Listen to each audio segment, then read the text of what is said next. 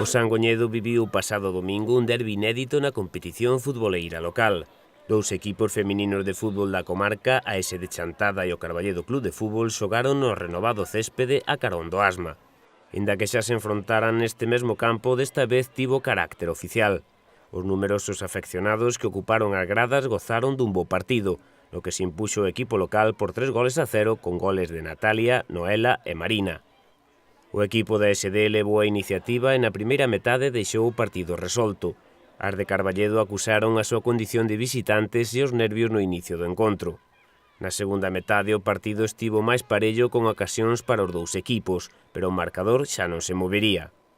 Con este resultado as chantadinas suman 11 puntos e ocupan a sétima praza na táboa, mentres que as de Carballedo están na penúltima posición con 3 puntos. Dous equipos novos e con moitas gañas que fan pensar que o fútbol feminino chegou para quedarse na comarca.